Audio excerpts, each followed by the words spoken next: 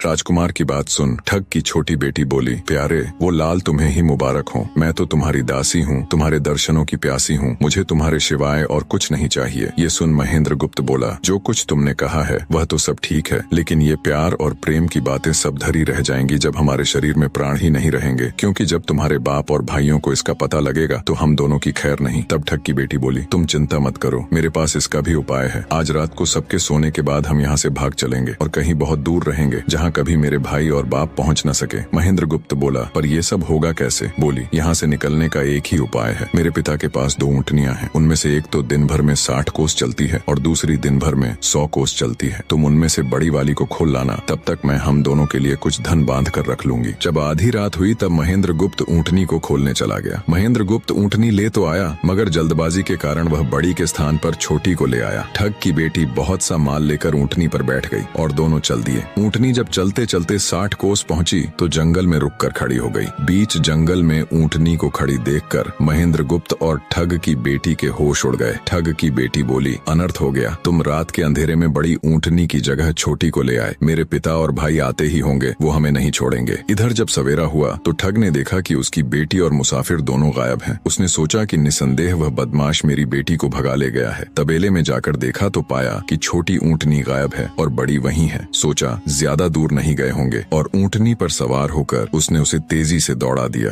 थोड़ी ही देर में जंगल में उस स्थान पर जा पहुंचा जहां महेंद्र गुप्त और उसकी बेटी ठहरे थे। महेंद्र गुप्त ने जब उसको आते देखा तो बहुत घबराया और कहने लगा, देखो तुम्हारा पिता आ रहा है, अब उससे प्राण कैसे बचेंगे? लड़की ने कहा, घबराओ मत और जो मैं कहती हूँ उसे ध्यान से सुनो। जाओ, जाकर उस पेड़ पर चढ़ जाओ। जब मेरा बाप तुम्हें पकड़ने के लिए आएगा और पेड़ पर चढ़ेगा तो मैं चुपके से बड़े वाली ऊँटनी पर चढ़कर उसको तुम्हारी डाल के नीचे खड़ा कर दूंगी। तुम कूद कर उस पर बैठ जाना, इस प्रकार हम दोनों बचकर साफ निकल जाएंगे। यह सुनकर महेंद्र गुप्त तुरंत पेड़ पर चढ़ गया। तब तक ठग भी वहां आ पहुंचा। पिता को देख उसकी बेटी ने फंड करते हुए कहा, पिताजी ये दुष्ट मुझे धोखे से यहाँ भगा लाया, आप इसे छोड़ना नहीं। ये सुन गुस्से से तिल मिलाया ठग महेंद्र गुप्त को पेड़ पर चढ़ा देखकर ऊँटनी से उतरा और उसे पकड़ने के लिए पेड़ पर चढ़ने लगा। बाप के ऊँटनी से उतरते ही मौका देख ठग की बेटी ऊँटनी पर चढ़कर उसे महेंद्र गुप्त की डाल के नीचे पेड़ के पास ले आई। महेंद्र गुप्त तुरंत कूद कर उस पर बैठ गया। महेंद्र गुप्त के बैठते ही ठग की बेटी ने ऊँटनी को दौड़ा दिया। ठग हाथ देखता रह गया। ठग की बेटी और महेंद्र गुप्त कई दिनों का रास्ता तय कर एक शहर में पहुंचे और दोनों वहीं बस गए। वहां महेंद्र गुप्त ठग की बेटी के साथ आराम से दिन गुजारता रहा